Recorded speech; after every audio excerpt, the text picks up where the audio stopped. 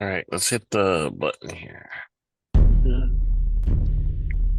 lot to talk Welcome about. to the Rebel Alliance Briefing Room podcast. We are here to podcast about anything and everything Star Wars with you.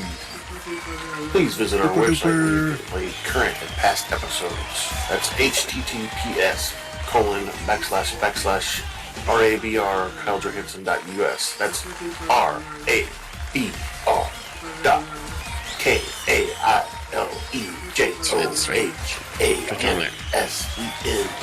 dot US. On the left-hand side is a navigation menu. You can use this to learn how to load the Rebel Alliance Briefing Room podcast on your Android or Apple phone and tablet. And we have direct links to our podcast on Apple and Google Podcasts. Please participate by connecting to our social media, answering questions of the week, or submitting feedback directly from the site. Again, all of these are available at the Rebel Alliance Briefing Room website at feedback. RABR.KAILEJOHANSEN.US. Yes. And now, it's time to talk Star Wars. I am Kyle John Johansson, and this is Andrew Scott Sutton. Say hello. Hello. Yeah, so I'm going to tell you just, the reason I haven't put Rick in there is because I have to find the music that plays in the background. I have to find, there's 3 different types of music that play in the background. I have to find all of them and redo it all. I could add him basically, but it'd be like, this is Scott, and then it'll go, and this is Rick, and there'd be no sound or nothing. It'll just say, this is Rick. So it'd be funny. I could do it that way just to be silly, but it takes a little bit to re-record all that. So or just know me. Oh, and Rick's here too. Well, that's what I do. There's Ricky. All right. So today, since we have a lot to talk about, because it was a pretty, I thought it was a pretty packed episode. We're gonna start reviewing Ahsoka Part 6 called "Far, Far Away." Referencing the scroll there that we always see.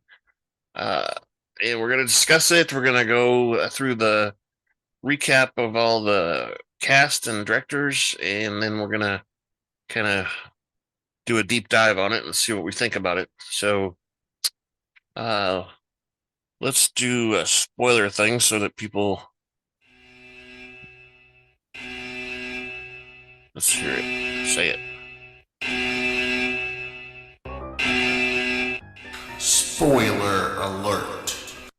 There we go. So basically what that means, if you haven't seen episode 6 or anything before episode 6, go watch it, because we're going to spoil everything.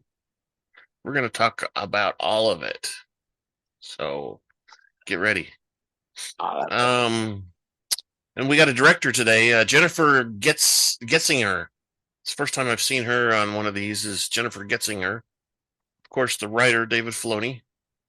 I don't think he's going to do anything but write this the whole time.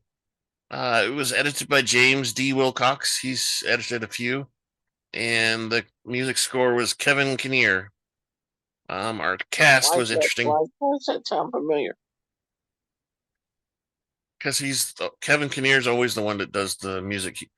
He's done it since I think maybe Rebels or before that. He's done the music for all the shows. William, what's his name, retired, so this guy took over. John Williams, he retired. Kinnear. It's K-I. Well, there's a Kinnear that does talk show, but that's not the same guy. This is.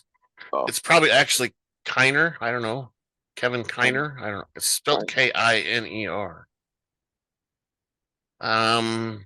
I have his IMDb thing if you want to look at it, but actually it's on our website.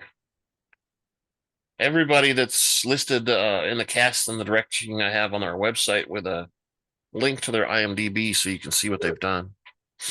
So in the cast, of course, we have Ahsoka Tano, which is played by Rosario Dawson. Sabine Wren, played by Natasha Bordizzo.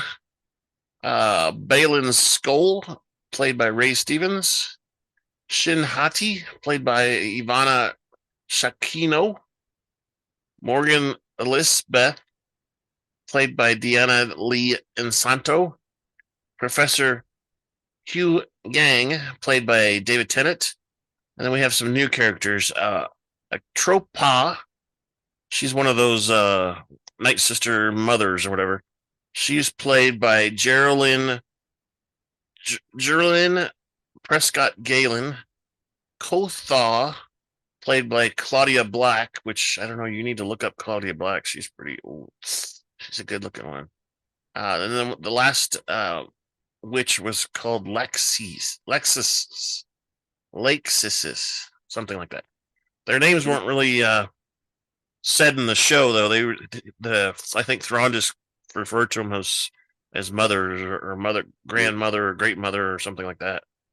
I think the Aktropaw is the great mother, and the other three, I don't know if you remember from the Clone Wars, but the Night Sisters, there was always three of them that were ruling the top. I don't know why, but then of course we saw our buddy Grand Admiral Thrawn for the first time. He had quite a bit of time in the show, played by Lars Mikkelsen. And then we had Captain Inyok, which is the trooper that had the gold faceplate. He's played by Wes Chapman. And then Ezra Bridger was the other person that was there. All the other things didn't have anything. So let's do a commercial. The Turtle Rocks didn't have. No, they didn't. Oh my God, they were because they didn't actually. We didn't actually understand what they said, so I guess we didn't need. Yeah, something. So let me play a commercial that's related to what we just talked about. Hey, you over there. Are you a trooper? Yeah. Is your armor always dirty? When do you find time to clean it? Did rebel scum scratch and damage it? Does your helmet communications keep acting up? Stop by Aaron's Armor Sparkalorium. Before 1500 hours, we will wash, clean, and sanitize your armor for the next day pickup. Our patented galactically ancient secret cleaning techniques will have your armor sparkling just like a new Cerealian Y1300 freighter just off the assembly line. Yeah. You will be the envy of all your friends and coworkers, from the castles on Lothal to the politicians on Coruscant to the environmentalists on Endor.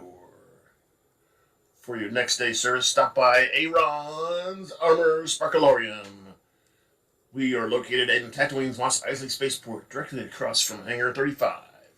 We will also repair and sell most parts at the best rates in the known galaxy.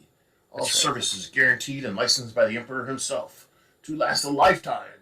Only at Aaron's Armor Sparkalorium. We accept Imperial credits only. Helmets and boots services are extra. Yeah, so they're gonna get we put them on there today because they're gonna give a special discount if Thrawn brings all his stormtroopers over to get their stuff cleaned up. Oh my God, that's a big job.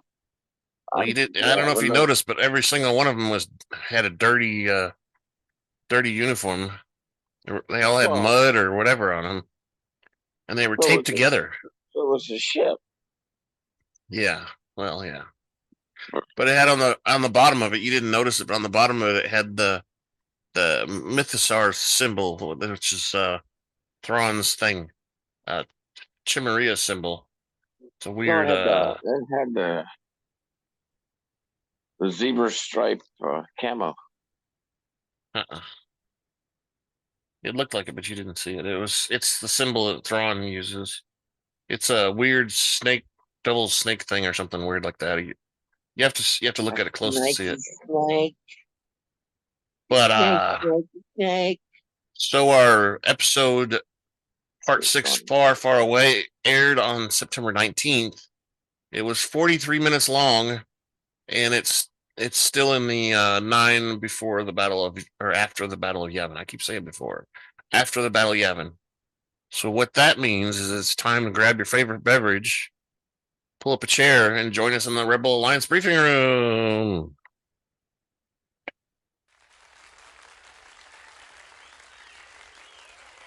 Oh my, yours is almost empty.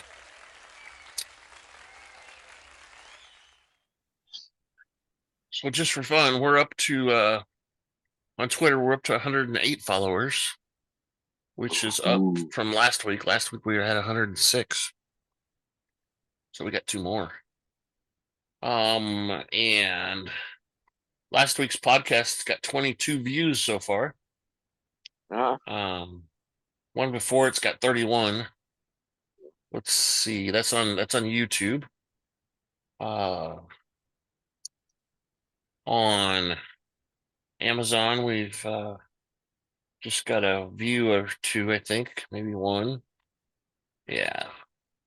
Spotify, we've got a few extras this week, and we've had a little traffic on Google too. So we're doing okay. I mean, we got 1 or 2 new people that are listening. It seems like I did get a thumbs down in the YouTube channel, so I don't know if that was you or someone else doing a thumbs down, but I got a thumbs down in there.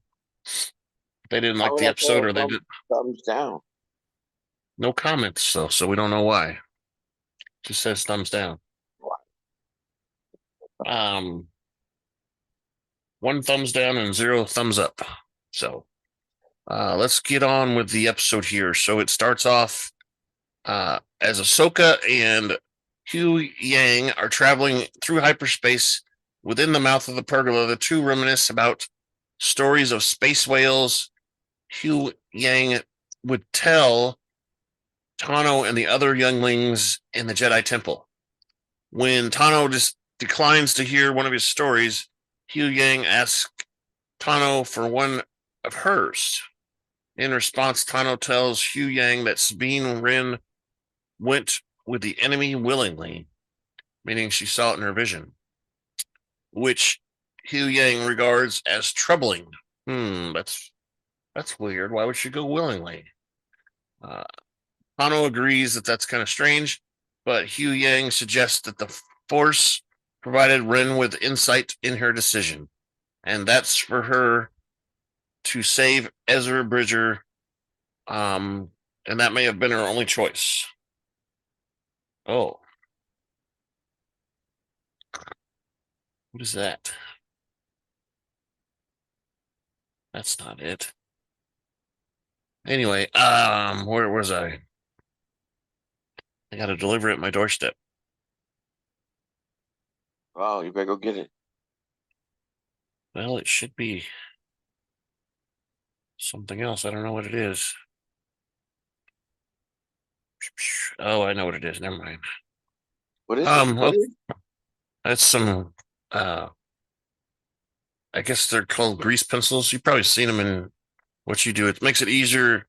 They're just little pins that have grease in them instead. Not grease. I don't mean grease, but I don't know.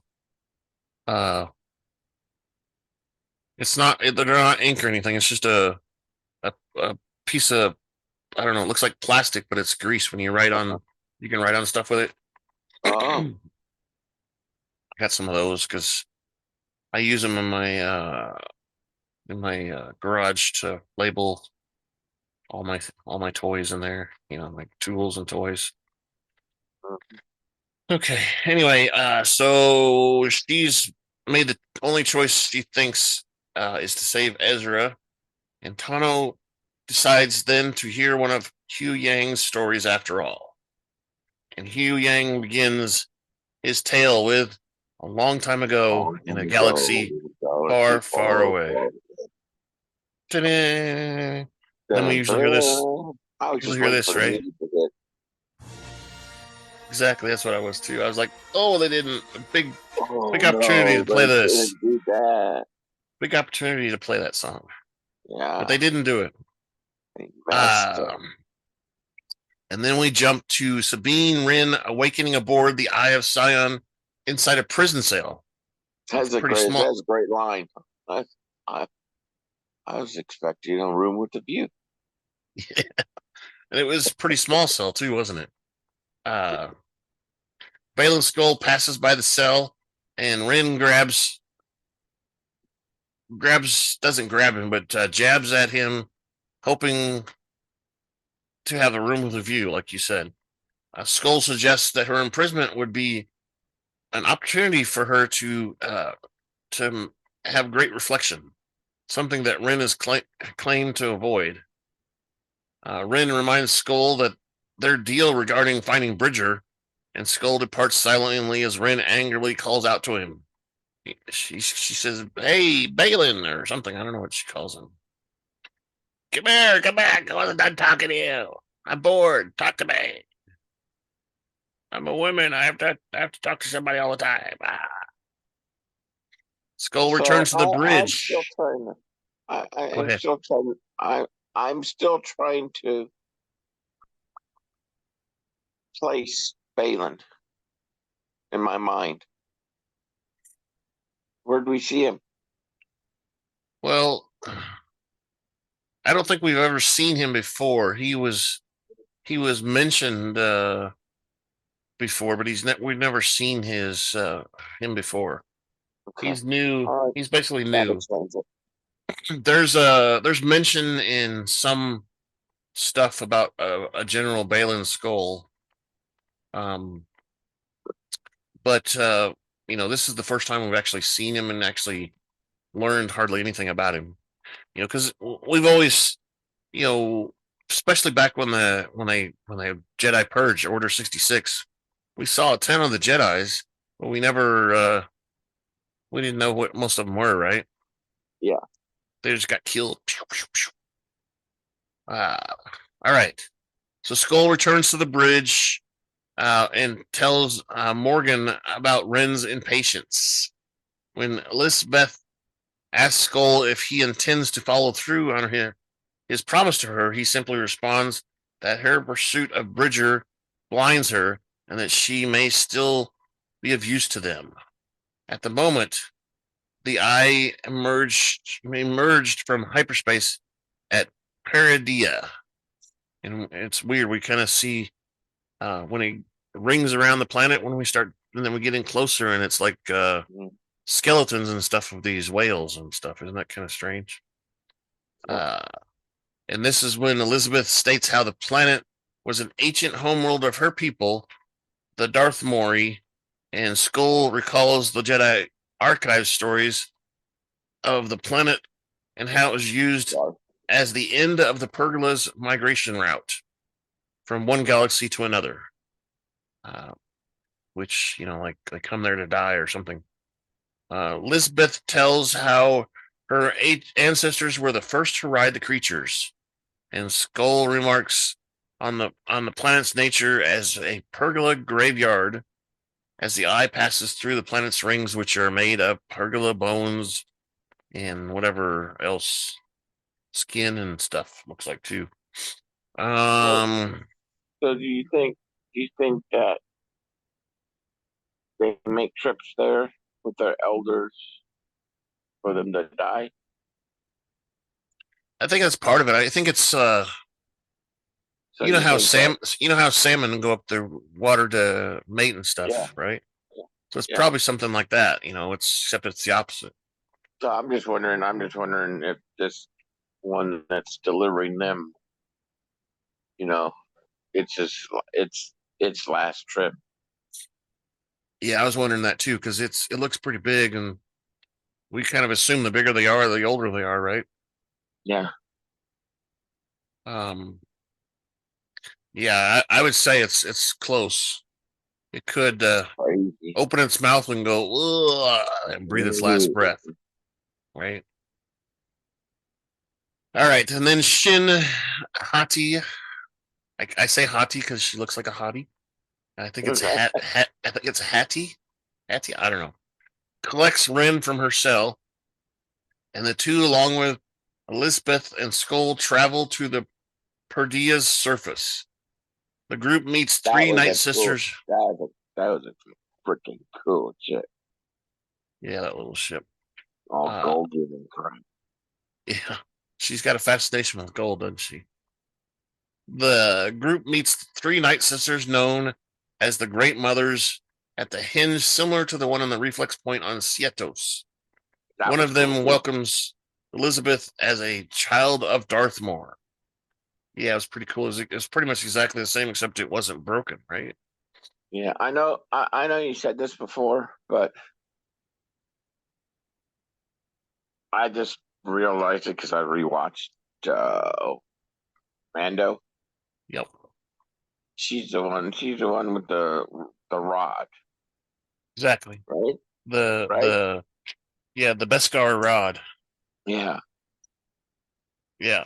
She and Ahsoka fights in that scene there. They fight each other. We see her a couple times before they fight, but it's very briefly, I think. Blah blah blah. Night Sisters. One of them welcomes Elisabeth as a child of Darthmore, praising her by saying she did their ancestors credit. She lived up to her to what they were expecting of her.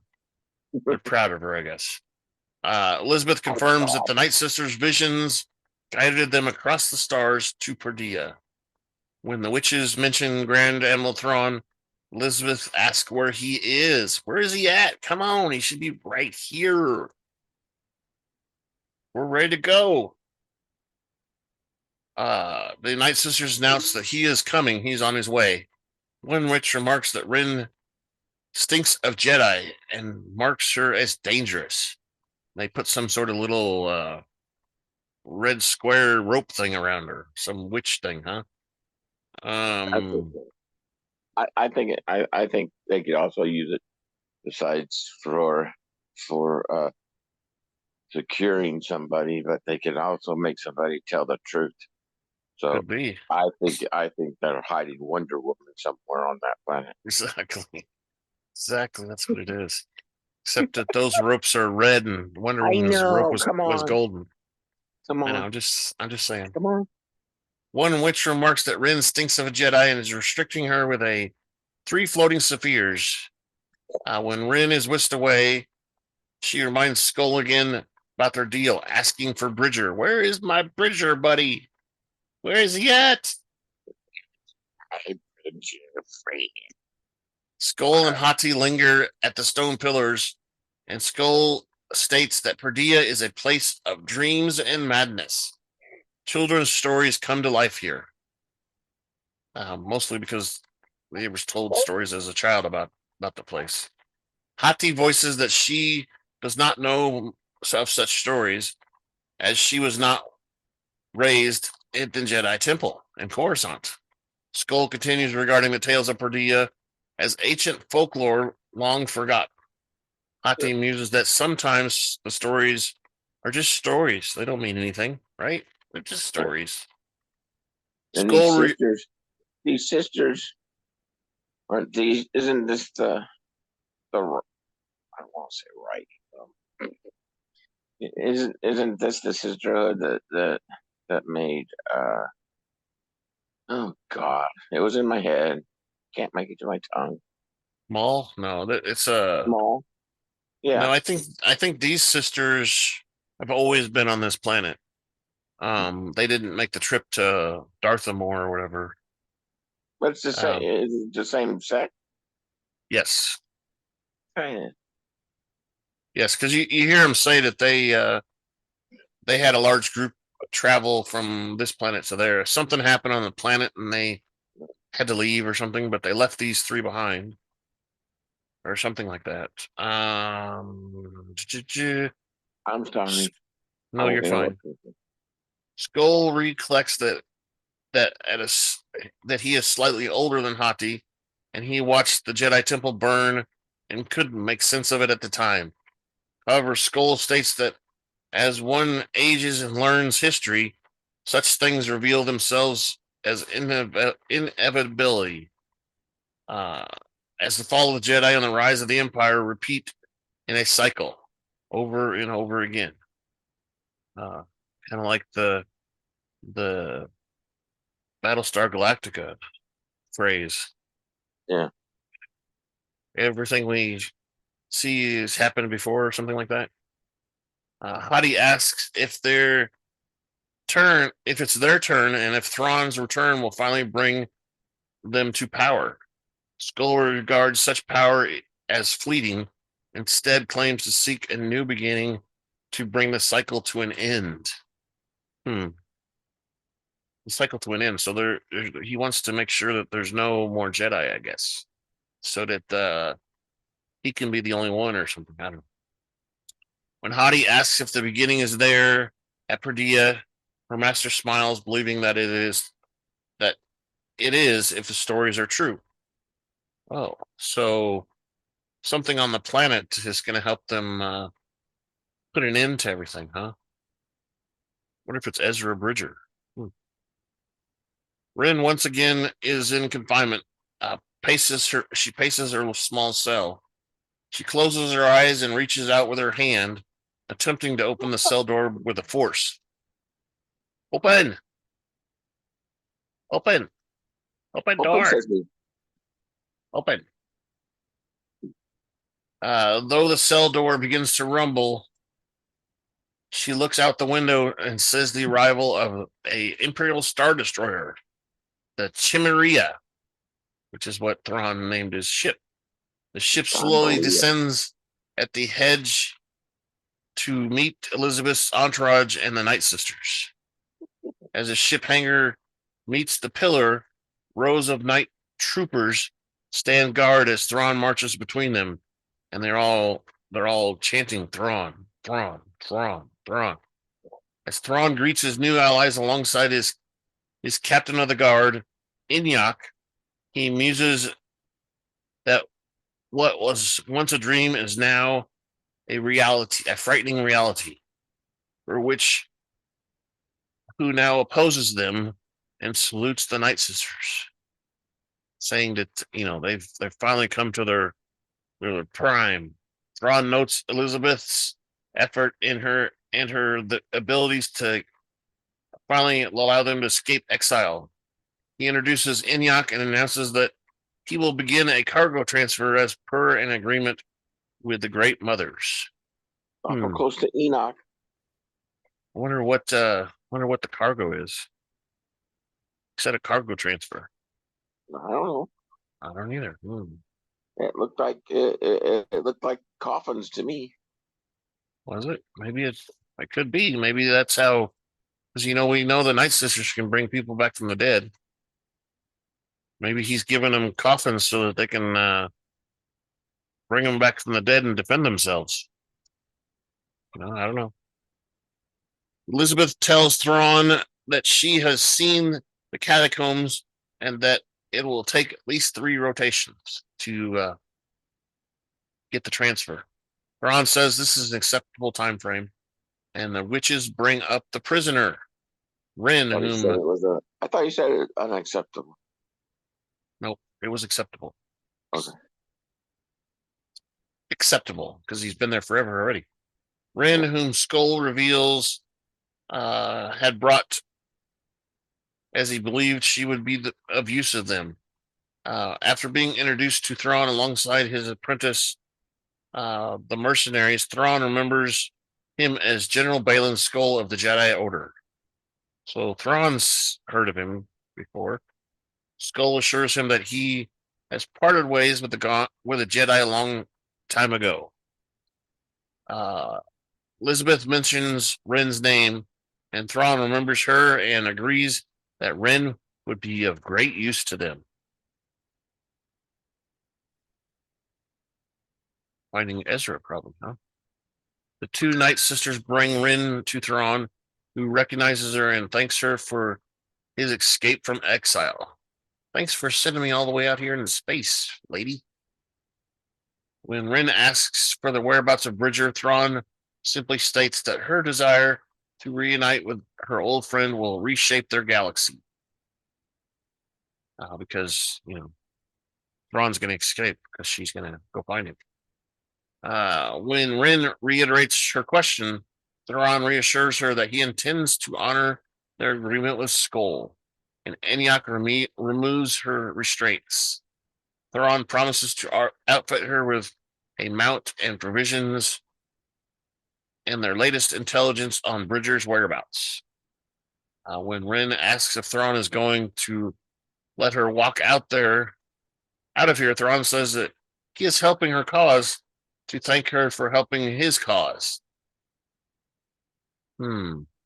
However, he warns her that when his ship leaves, she'll be stranded on Perdea forever.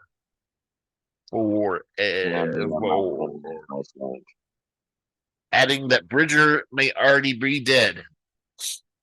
Wren asserts that Bridger is still alive, prompting Thrawn to say that she is gambling the fate of her galaxy on that belief. When Wren replies that Thrawn wouldn't understand and changes the topic to a question of her mount. Enoch and the Night Sisters introduce Wren to her mount, a howler. Weird looking dog like horse thing, huh? The rat. It's pretty big though for a rat. But Enoch says Tota, which prompts the creature to kneel so Wren can mount its saddle. Enoch warns that the wasteland is inhabited by nomads who prey on each other for survival. The captain returns Wren's blasters and her lightsaber before telling her to die well. Wren rides out from the gates into the grassy frontier. Didn't look very grassy to me. It looked kind of bare. Grassy to me. It looked stony. Yeah, like a dirt and rocks. Yeah. Skoll, Hati, and Elisabeth and Thrawn watch Wren depart from a balcony. Hati states that Wren is embarking on a fool's errand, and Thrawn tells Skoll and Hati that they can follow Wren at their own pace. Perplexed, Hati says that she thought Skoll was to honor the agreement, not to harm Wren, and Thrawn explains that he allowed Wren to leave to find Bridger only, so that she and her master can destroy them both. Dun dun dun. Da, da, da, da. As Wren traverses the Perdean steeps atop her howler, the mount eventually comes to a stop, and Wren begins to scan for signs of Bridger. Suddenly, a bandit appears and shoots at Wren. He's got some weird red armor on. Though the blasts hit her Beskar armor, leaving her unharmed, her mount is startled and runs off. The assault continues as multiple bandits surround Wren. Despite attacking her with blasters and melee weapons, Wren kills or disarms them all with the aid of her lightsaber finally. Though the bandits are defeated, her scanner is broken beyond repair and she continues without it. Dang it. She doesn't have a scanner anymore. It's broken. Sorry. The Night Sisters at the Night Sisters fortress, Skoll and Hati mount their howlers to start their chase after Wren. At the Chimeria, the Night Sisters load floating storage containers onto the ship. Oh, so they're loading stuff onto the ship too. Enoch announces Skoll and that's what he was there for, to get stuff from the catacombs. Oh. He wasn't delivering stuff to him. He was taking the stuff. Oh, so you can get more soldiers. Enoch announces Skoll and Hati's departure to Thrawn, who allows 2 squads to support the mercenaries. Elisabeth suggests sending more troops, but Thrawn refuses, citing his forces' dwindling number has dwindled in the past few years. As Enoch leaves, Thrawn tells Elisabeth that it did not ultimately matter whether Wren and Bridger were left stranded on Perdea or died, and that the same was true for Skoll and Hati. so he doesn't care if they return or not. Either group.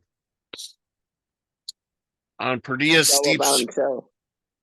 Yeah. On Perdia's steeps, Wren is followed by her remorseful howler, and she berates the beast for abandoning her during her fight with the bandits. It's a great part.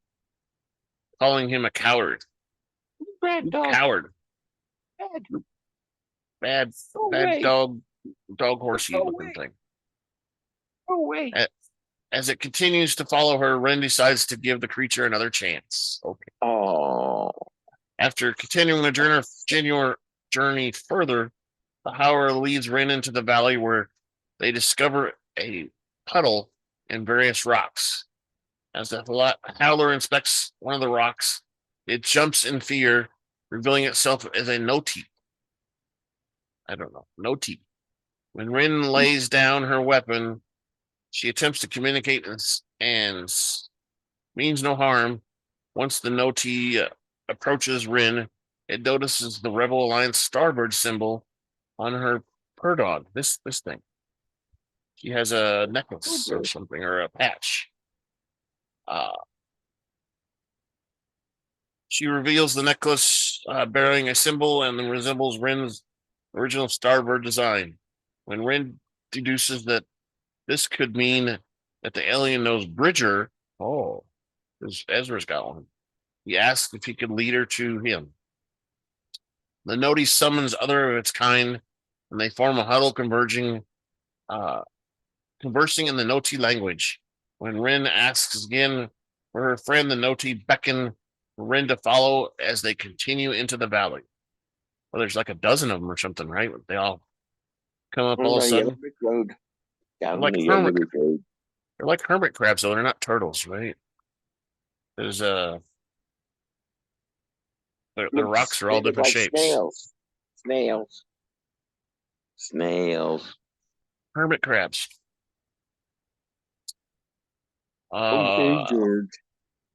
As Skoll and Hati track down Wren, they discover the remains of the battle between Wren and the bandits, deducing that Wren was still alive. Hati asks her master if he knows the one Wren seeks so desperately. Skoll answers that he does not, as Bridger was trained as a Boken Jedi in the wild after the fall of the temple. So that basically means that all Jedi that were trained outside of the temple are Boken Jedi, which would make Wren a Boken Jedi, and partially Ahsoka too, I guess, right? Well, I don't know. Boken. My thing is, can't Jedi sense another Jedi? So she could led herself to that, but yet she's yes and no. She's not. She hasn't tapped into the Force yet. Right. So if you're tapped into the Force and kind of part of the Force, you can be detected basically. But you can also remove yourself from there too. So we know that that's what Luke Skywalker did, so nobody could find him. Yeah. He removed himself and he didn't use the Force. Because once you use the Force, you tap into it, and then you can be, possibly detected, right? Yeah. It'd be like was a wrinkle in the Force or something. Yeah. Something like that. Kind of like think of it as the Matrix. The Matrix had a ripple in the Matrix, and they talked about it was a black cat or something like that usually. Mm-hmm. Or deja vu was a wrinkle in the Matrix. Okay. The Jedi in the wild after the fall of the temple. Hati likens herself to Bridger in that way, but Skoll asserts that he trained his apprentice to be something more than a Boken Jedi. Hati asks if Skoll misses the order, and Skoll states that he misses the idea of the order, but not the truth or the weakness of it, claiming that there's no future there.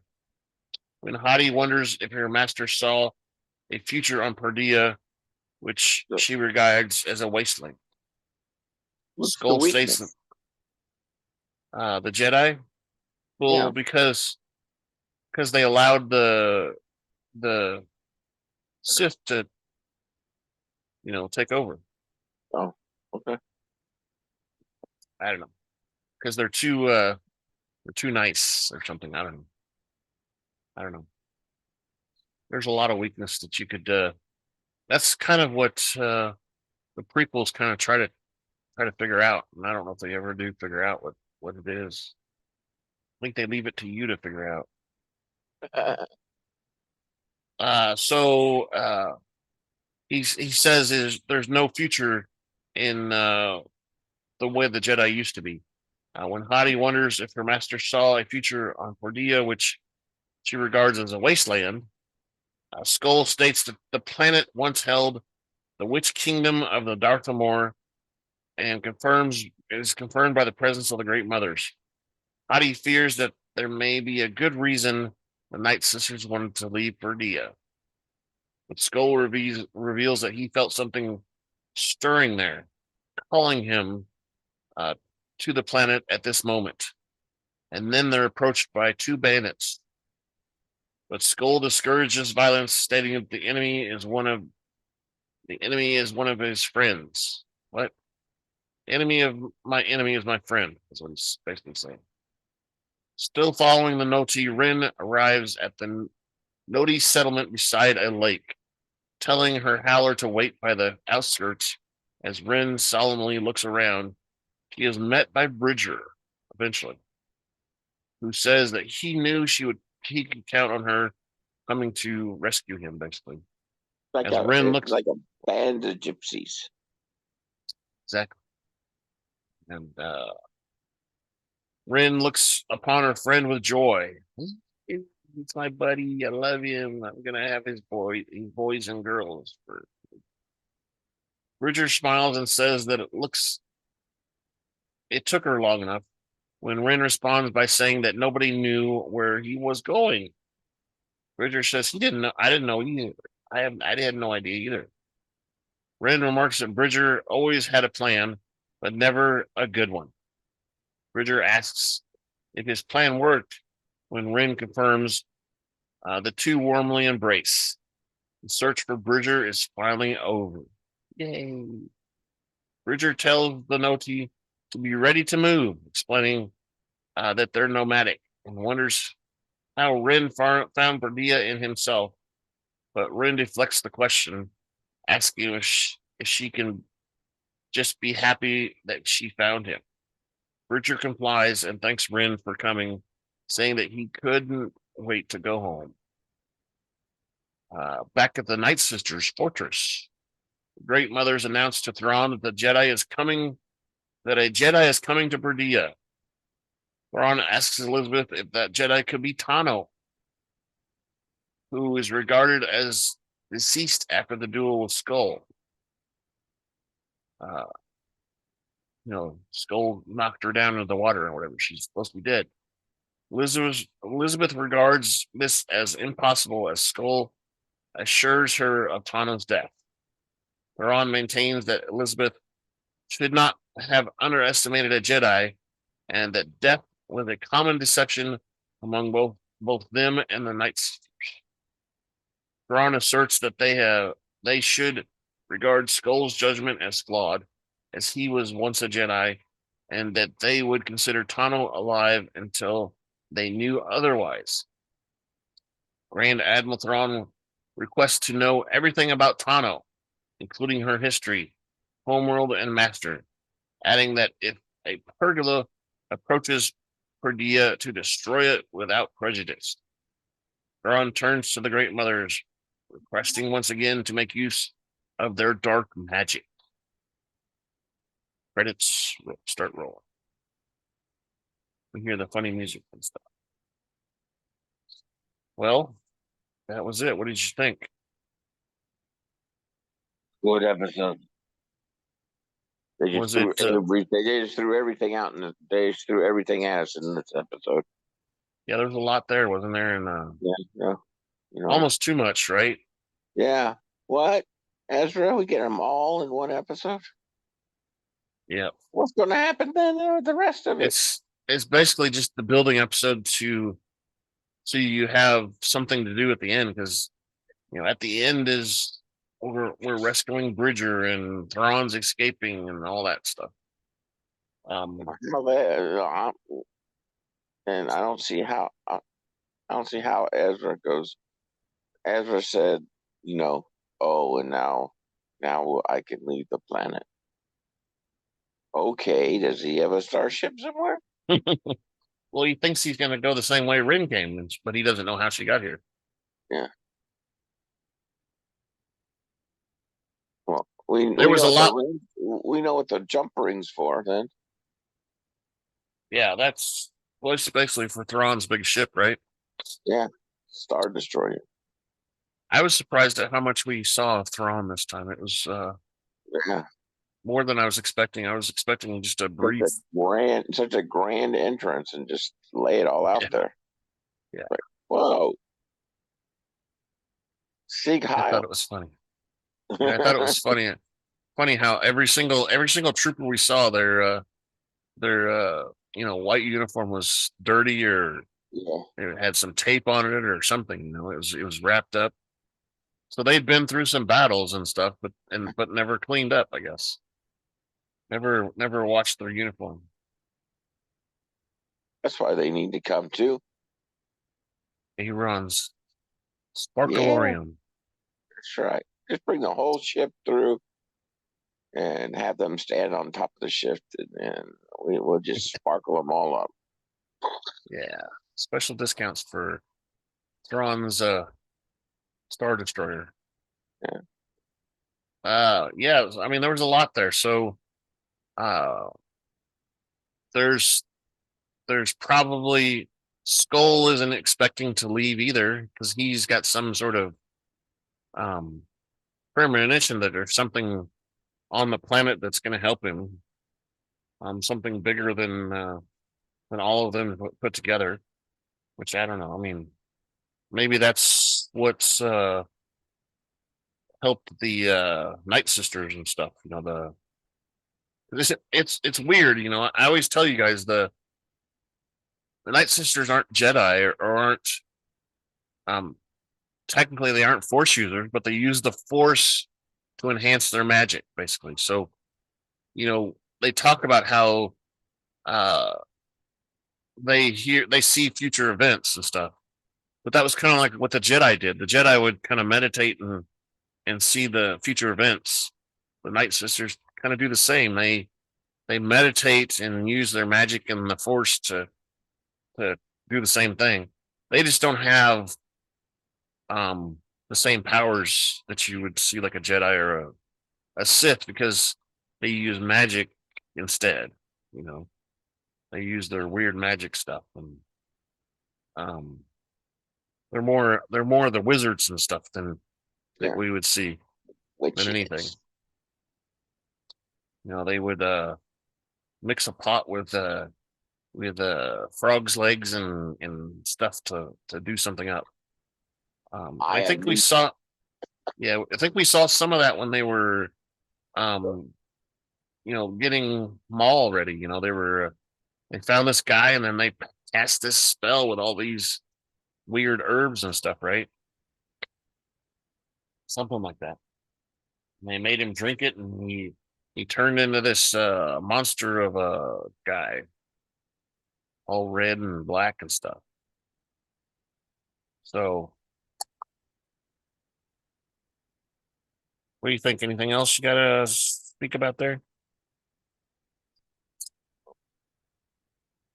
Got a lot of magic to do with him, and we got Thrawn, who's trying to escape with Elisabeth's thing, and then we got Skoll and Hati searching for something greater on the planet. I don't know. We got Thrawn will just leave them all.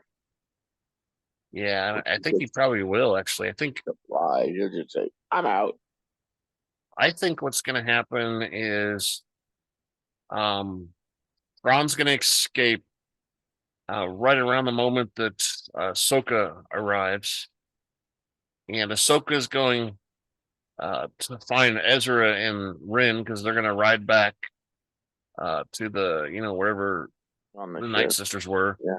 and Like they're going to and they're going to escape, but they're going to be behind Thrawn, of course. So Thrawn's going to have time to go in and um, do some bad stuff.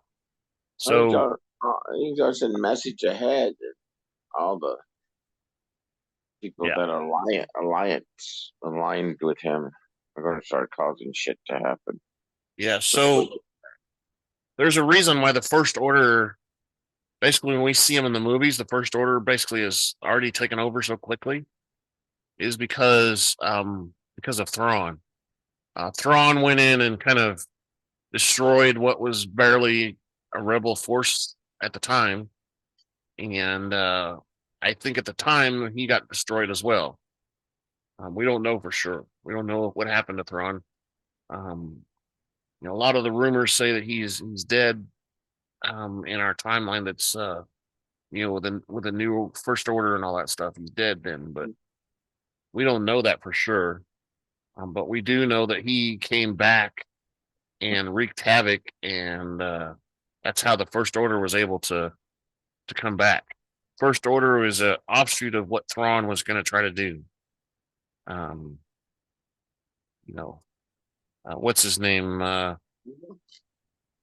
captain that said the Hitler phrase in front of everybody was he took over after Thrawn left. Steering fluid. So I think that's what's going to happen, but I don't know how much we're going to see in the next 2 episodes because supposedly there's season 2 of Ahsoka. Maybe season 2 is fighting Thrawn and defeating him. I don't know. We got what 7 more episodes? How many episodes we got? 2 more episodes left. 2 more? 8 and 9. Oh. This is episode. Of course, they're not going to run them conjointly. Wait, this is episode 6, isn't it? So we've got 3 episodes left: 7, 8, and 9. Yeah, they're gonna do them separately so far.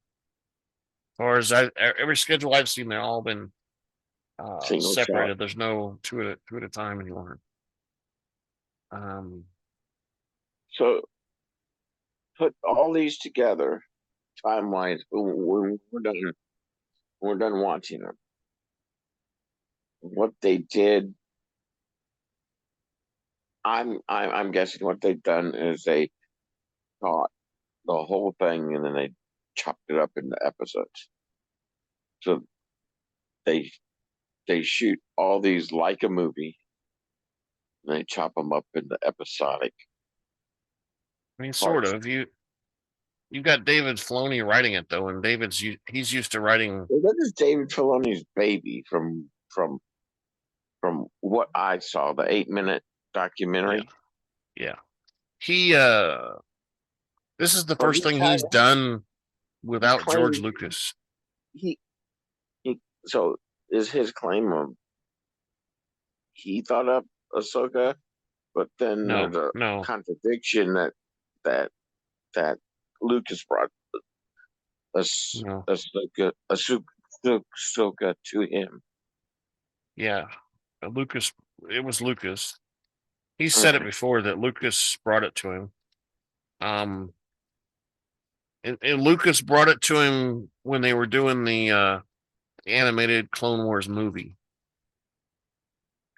He said, "I want to introduce this new character, Ahsoka, and I want you to do it or whatever." Because Lucas was very involved in the animated movie. It was his idea to do the animated movie. And then they spun it off the idea was to spin it off as a TV series after that. So, Lucas was involved in the movie like he was all the other movies, that animated movie. And it was, like I said, it was his idea. And Filoni's said that himself before that Lucas brought the idea to him. And they developed it together, is what he said, basically. But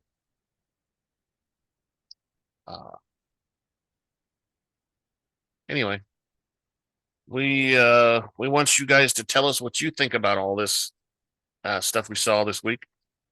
Feedback at KyleJohansson.us. That's feedback, KyleJohansen.us.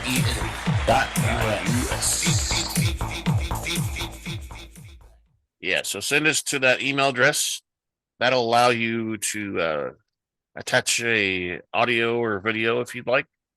Obviously, many email accounts only let you go up to 25 megs. So be careful of that. You can also go to our website, which there should be a link down here, our website, and it would be, on the left-hand side. Once you get there for feedback, that'll pull up a form that'll let you send something. Can't attach anything to that, so that's the disadvantage, but you can send us your text feedback. We're on Twitter at super_duper_pod. We're on Blue Sky at Rebel Alliance Briefing Room, all one word. And we're on YouTube, where you can put as many comments as you want in the video comments section. Did you ever get your Blue Sky to work, Scott? No, I haven't tried it yet. Yeah. Stuff going. Okay. We're going to get Scott on there too, so he can talk to everybody about Star Wars and whatever else. So yeah, we want the feedback. We barely get any feedback, and we want all the feedback. So don't hold back. Don't be shy. Don't hold back on the feedback. Yeah, don't be shy. We'll give you credit for your feedback, and you'll be famous, right? Don't hold back. So send us some feedback right away.